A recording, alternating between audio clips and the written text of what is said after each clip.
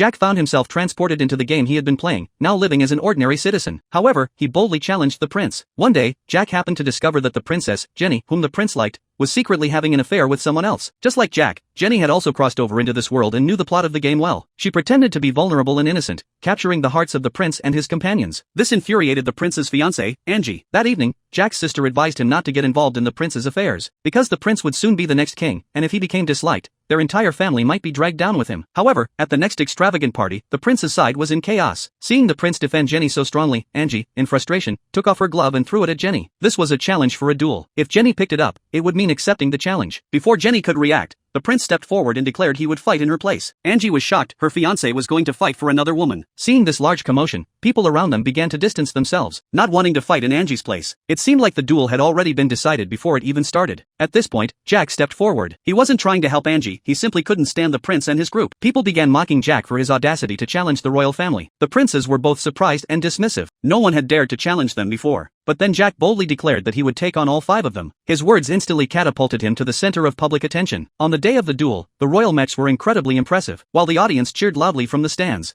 On Jack's side, however, there was nothing but mockery. Then, his mech descended from the sky, only to reveal a seemingly heavy and clumsy machine. This sparked laughter from the entire crowd. Little did they know, the prince and his companions would soon be picking their teeth from the ground.